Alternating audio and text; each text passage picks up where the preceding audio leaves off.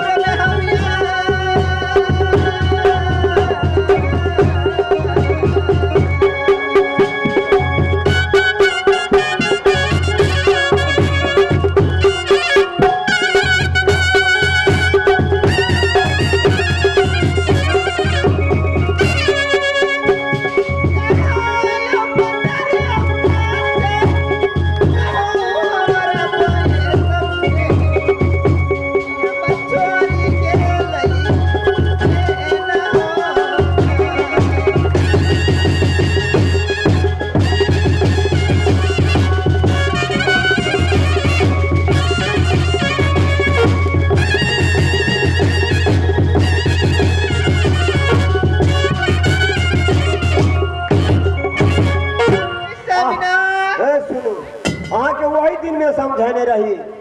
कि सरल पाकल है एकरा माला तो पड़ गए धोखा से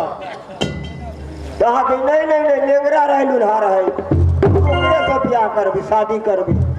अब देखलिए सरल पाकल दिल मर गेले आगे बड़ समझने छले वही दिन मंत्री साहेब अब हमरा कथी कहै मंत्री मंत्री ठीक है राजा के हमरा मालूम दिए पड़ते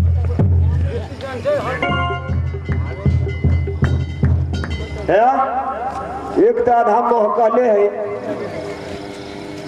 अब भोर में मरले एक साँझे मर गए